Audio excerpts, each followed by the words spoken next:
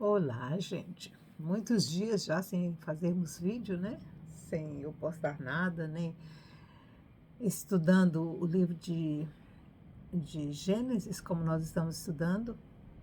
Mas é que com a chegada dos filhos, né? Aqui para o Natal, a coisa ficou mais complicada, né? O meu tempo está bem curto, eu não estou tendo tempo. Hoje é porque a minha filha saiu com a outra filha, né? E depois de ter chegado em casa agora, de uma outra saída com a minha filha Ana e minha neta, aí eu falei, não, agora eu vou dar um tempo lá em cima, eu vou fazer um vídeo. Mas eu vou fazer um vídeo diferente hoje. Vocês estão vendo aqui esse candelabro, que é judaico, ele não é a menorá, viu? Esse aqui é o Hanukkah. É o candelabro do Hanukkah, que vai começar exatamente no dia 25 de dezembro. Então, eu vou fazer vou comemorar o Hanukkah, né? Começa dia 25 e são 8 dias de queima de vela, tá? Essa aqui representa a presença do Espírito Santo, essa aqui. Eu vou trazer ele mais para perto de vocês, tá? Aqui, tá vendo? Ele tem um aqui, ó. Ele tem esse aqui que representa o Espírito Santo, ou a presença do Eterno, né? A presença da divindade. E mais quatro aqui e quatro aqui. No primeiro dia, a gente acende a presença do Eterno e uma vela. Aí no segundo dia, a presença do Eterno e duas velas. Aí no terceiro dia, a presença do Eterno e três velas. E assim até os 8 dias. E eu vou explicar para vocês hoje a razão dessa festa que se chama Hanukkah e por que ela chama Hanukkah. A palavra Hanukkah significa fazer um concerto, uma limpeza, um concerto, uma volta às origens, tá? Bom,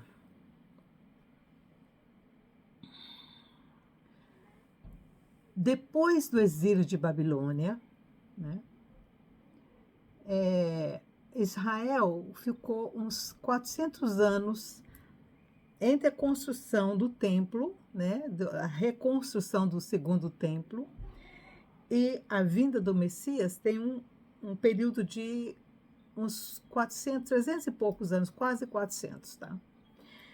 No primeiro período foi a luta de Israel para voltar para a terra, né? A volta de Israel do exílio babilônico para se estabelecer de novo. Lembra que o rei Ciro ordenou ou permitiu, né, que os israelitas começassem a voltar. E aí veio Neemias, né, com o outro, o Neemias e esqueci o nome do outro. Eles voltaram, foram trazendo levas, foram umas 5, 6 levas de primeira, na primeira, no primeiro período, de judeus voltando eles não voltaram todos de uma vez, tá? Foram devagar, foram em períodos. Neemias veio, passou um tempo lá em Jerusalém, reconstruiu o templo e voltou de novo para a Babilônia. Depois ele tornou a voltar, fez uma segunda viagem e trouxe mais alguns, né, que voltaram para a reconstrução do templo. A reconstrução do templo, gente, não foi fácil. Ela demorou uns 25 a 30 anos para reconstruir o templo, entre os muros do templo. Então, nesse período, foi um período de estabelecimento do povo judeu. Depois da queda de Babilônia, surgiu o Egito ficou mais forte, né? Porque Nabucodonosor não conseguiu dominar o Egito, ele não conseguiu, o Egito ficou... ele foi invadido, mas não foi dominado, né? Ele foi invadido algumas vezes, mas a Babilônia não conseguiu estabelecer no Egito. Então, o Egito sempre ficou naquele período de batalha, volta, batalha e volta, batalha, né? Então, quando como é o nome dela? Rainha, aquela rainha famosa lá do Egito, né? Ela se encantou com Alexandre o Grande. Como que é o nome dela, gente? Eu nunca lembro o nome daquela rainha. Sempre que eu preciso lembrar o nome dela, me falha na cabeça. Famosíssima, né? Inclusive, Elizabeth Taylor representou ela num dos filmes.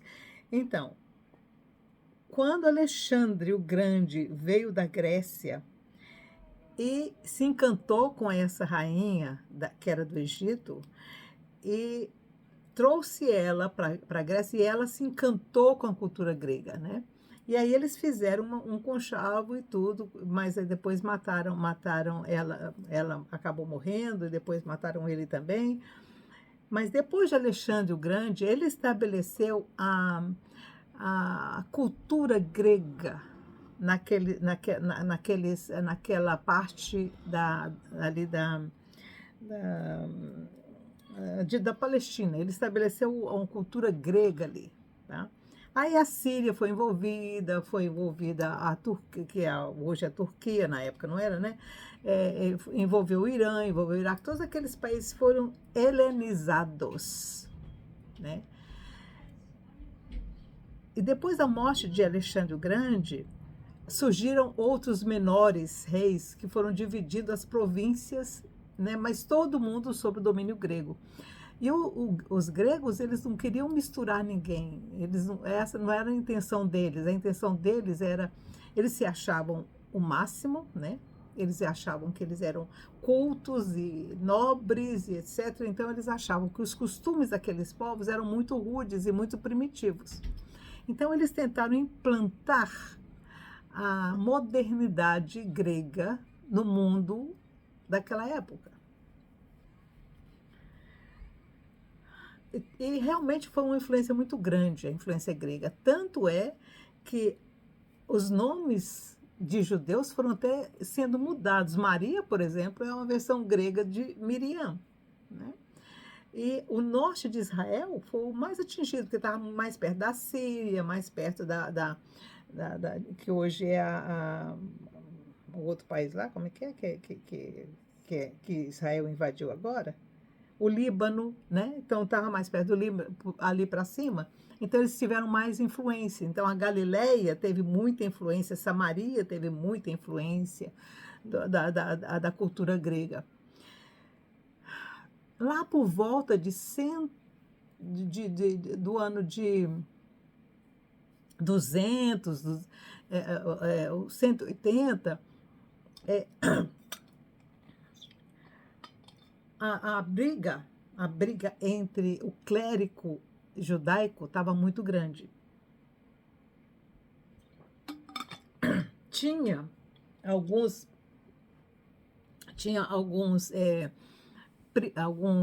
sacerdotes, né? Alguns sacerdotes e high priests, sacerdote maior dos judeus que se helenizaram também, que achavam que aquelas tradições judaicas, aquelas tradições mosaicas que Moisés deixou ali no Torá eram rudes e eram primitivas. Então, eles tentaram se tornar mais gregos do que judeus, né? E Antíoco, que na época, eu acho que é o imperador Antíoque, o imperador Antíocos, ele resolveu que ia helenizar, que ia fazer com que a Judéia se tornasse realmente grega, tá? Aí ele proibiu a circuncisão, ele proibiu o sacrifício no templo, ele proibiu uma série de coisas. Tudo que o judeu fazia, para ele estava errado. Era tudo muito primitivo, era muito animalístico, né? Então, ele proibiu tudo isso. Proibido mesmo. Mas aí ele fez uma besteira. Ele mandou fazer uma estátua dele, do imperador Antíoco. Ele mandou fazer uma estátua dele e colocou no meio do templo. e mandou o povo adorar aquela estátua. Então, se o povo não podia adorar o Eterno, se não podia fazer o sacrifício ao Eterno, por que tinha que fazer um para ele? Então, ele realmente ele se desentendeu com ele mesmo, né? Quer dizer, faz o que eu mando, mas não faço o que eu faço. Então, o povo começou a se revoltar contra ele. Aí ele escolheu, tinha o sumo sacerdote lá, era um tal de Onias III. Mas naquela época a corrupção, gente, é tanto quanto hoje. A corrupção era terrível. E esse Onias tinha um irmão chamado Jason. Tudo nome já grego, tá? Tudo já nome. Onéias não era grego, Onéias era judaico. Mas Jason era grego, nome grego já. Esse irmão dele achou que ele que devia ser o high priest, ele que devia ser o sumo sacerdote, e não o irmão dele. Aí ele foi no rei Antíoco e prometeu para o Antíoco que ele ia fazer com que as leis que o Antíoco queria, que o imperador queria, ele ia fazer o povo fazer. Como high priest, como sumo sacerdote, ele ia fazer com que o povo cumprisse aquilo que ele estava falando, tá? E aí ele se voltou contra o próprio irmão e mandou matar o irmão. Aí o Antíoco ficou sabendo que ele tinha mandado matar o irmão dele para poder pegar o lugar dele. Ele pegou e baniu o tal o nome dele era Jason, o tal do Jason também. Mas aí o Jason foi e comprou, mas não sei qual, e ele estabeleceu um outro lá para ser sumo sacerdote. Mas aí o Jason, que era muito esperto, ele era daqueles bem espertão mesmo, ele comprou o título de High Priest e aí mandou ainda sacrificar o outro coitado também. E ele se tornou, então, o High Priest dali. E esse Jason, ele era terrível. Aí ele realmente proibiu, quem fizesse isso, ele mandava matar a família até inteira, esse Jason. E ele era judeu, gente. Para você ver que é uma raça complicada. Jesus falou, né? O povo de duro serviço. Quantas vezes eu quis juntar vocês como a galinha faz com os pintinhos, vocês não quiseram. Pois é. Jesus tinha toda a razão. E aí surgiu uma família que eles tinham tanto o lado de Judá, do filho de Jacó, né, chamado Judá, tanto dos filhos de Levi. Eles eram uma mistura entre Levi e Judá. Eles se misturaram entre eles. Então, eles eram tanto da linha sacerdotal, dos filhos de Corém, quanto era também da linhagem de Davi. Então, ele era era o pai com 5 filhos. E eles se levantaram, um Macabeu. O nome como que era o nome dele? Como que era o nome do filho dele? Não sei se era Jonas. Que era o nome, o que encabeçou depois que o pai morreu, ele encabeçou o movimento. Esse movimento começou eu botei aqui para não esquecer, 167, exatamente. Esse movimento dos Macabeus começou em 167 e foi até o ano 37 antes do nascimento de Jesus, tá? Porque aí veio o domínio romano, tá? No ano 67, Roma entrou. E aí tomou conta de tudo. E os Macabeus, eles começaram uma revolta contra como que é o nome dele? O Jason, uma revolta contra o Jason. E foi uma guerra que durou 3 anos. Uma guerra entre eles mesmos, para tomar o poder e para limpar o templo. E eles conseguiram, em 3 anos, houve uma guerra entre eles, e eles conseguiram vencer, os Macabeus conseguiram vencer, eles ajuntaram, era uma família muito grande, ajuntou a família, e ajuntou mais gente, foi juntando, ele fez igual Davi, ou igual o rei Josias, tá? Ele ajuntou todo aquele povo e foi contra, e tomou Jerusalém, tomou o templo, limpou o templo. essa limpeza do templo dos Macabeus durou 8 dias. Por isso que são 8 dias de vela acesa. E a coisa é, tudo estava...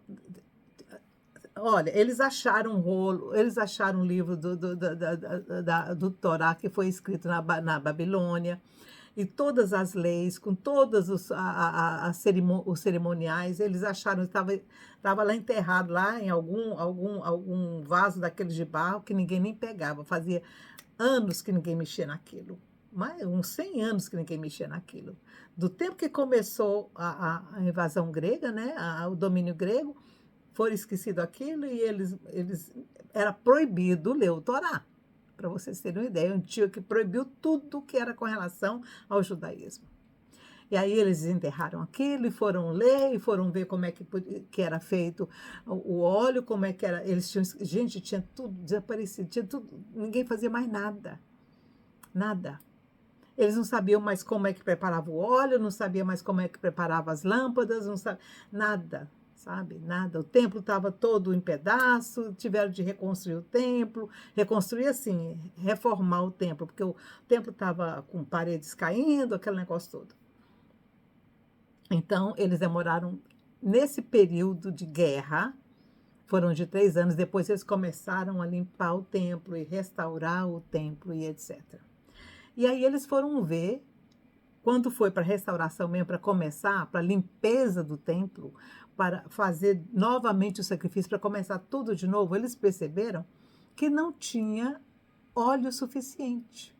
O óleo que tinha lá, porque o óleo, gente, dessas candelabras que tinha, das candelabras que tinha no templo, ele era um óleo especial feito de azeite de oliva, mas era o primeiro azeite. Depois que eu fui entender como é que é feito o azeite de oliva, a primeira pressão, a primeira pressa que eles fazem no óleo é o óleo mais puro. Aí depois eles fazem uma segunda pressão, que é um óleo para ungir, para fazer essas coisas. A terceira pressão do azeite, da azeitona, é que é o óleo que é para ser usado por todo mundo. Então, a primeira pressa da oliva, da azeitona, é que é feito o óleo para o templo. A segunda pressão é feita para a bênção, para a unção, sabe? Para a unção com óleo dos sacerdotes e tudo. E a terceira, que é a que usa normalmente no cozimento das coisas. E não tinha esse óleo. Esse óleo só tinha para durar um dia. Só um dia. E aí, para fazer esse óleo era demorado, né? Não era uma coisa que ia fazer, tinha no mínimo 8 dias para fazer isso, até colher a azeitona, para fazer a pressão, para tirar o azeite, era mais ou menos uma semana, não era como é hoje, né, gente? Não tinha as máquinas que a gente tem hoje para fazer o óleo, era tudo manual. Então, o milagre do Hanukkah, da festa da purificação, da festa da renovação, da festa da limpeza, são 8 dias. E foi os dias que esse óleo durou 8 dias. 8 dias, por isso que são 8 dias aqui, até que o óleo fosse preparado. Então, o milagre de Hanukkah é o milagre da renovação. Quando o Eterno quer renovar a situação, quando o Eterno quer fazer tudo. E por que precisava disso, menina? Por que precisava dos Macabeus vir fazer essa guerra de 3 anos, brigar entre eles, era para que houvesse uma purificação nesse templo, gente. O templo precisava ser limpo. O Messias estava chegando. Olha que essa limpeza foi 167 anos antes, começou essa guerra, foi 167 anos que durou a família, porque depois disso a família deles continuou até que Roma veio, tá? Eles continuaram como sumo sacerdote, porque aí era o sumo sacerdote que era o líder religioso, líder político e tudo, né? Então essa família ficou todo esse tempo, todos esses anos, que foi uma média de quanto? De mais de 130 anos. Gente, a preparação para a vinda do Messias de Jerusalém começou com a Babilônia. E aí foi vindo, 400 anos de preparação para que o Messias pudesse vir. E olha que no ano 37 Roma veio. E aí o que aconteceu? Quando Roma tomou o poder, Roma, aí veio o imperador, como que era o nome dele lá? O Herodes, né? O Herodes I, e falou, como o Herodes I, ele era filho da terra, ele não era judeu puro, mas ele era um judeu misturado. Como ele era da terra, ele resolveu que ia fazer o templo ficar maravilhoso. Ele fez aquilo para conquistar os judeus. Mas aquilo foi um movimento do Espírito Santo para preparar aquele templo, para que quando Jesus pusesse os pés naquele lugar, ele dissesse, vocês estão vendo todas essas pedras? Lindo, né? Maravilhoso, não vai ficar uma sobre a outra.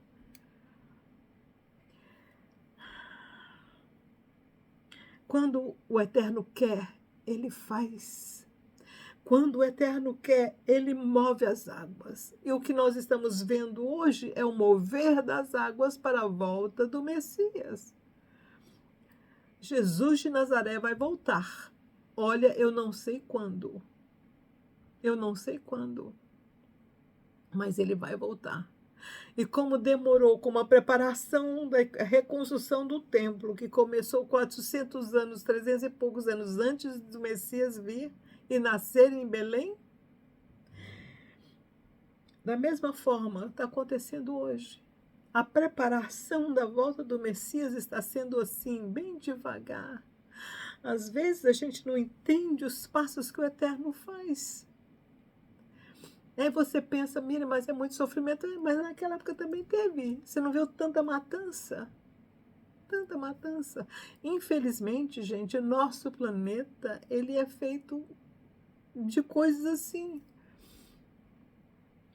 Nós estamos num planeta de expiação e de provas.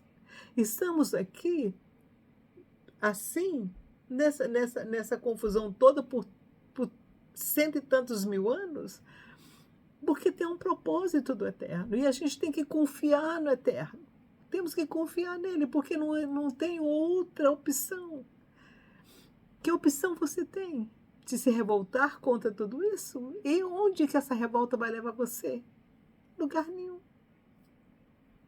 Então é melhor que nós aceitemos tudo o que está acontecendo com o coração aberto, orando sempre, confiando sempre, mas sendo como Abacuque disse.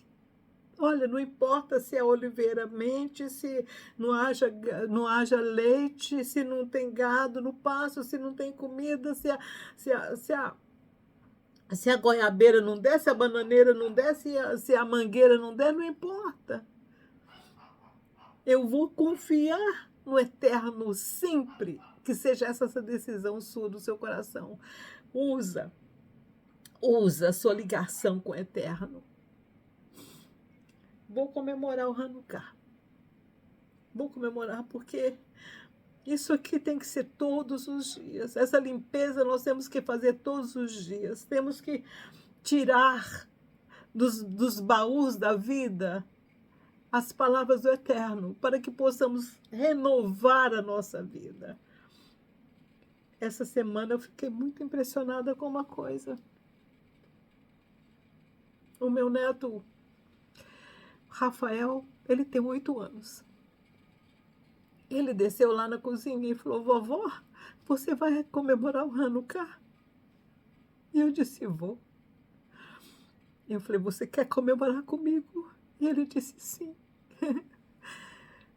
Como é que uma criança de 8 anos sabe do Hanukkah?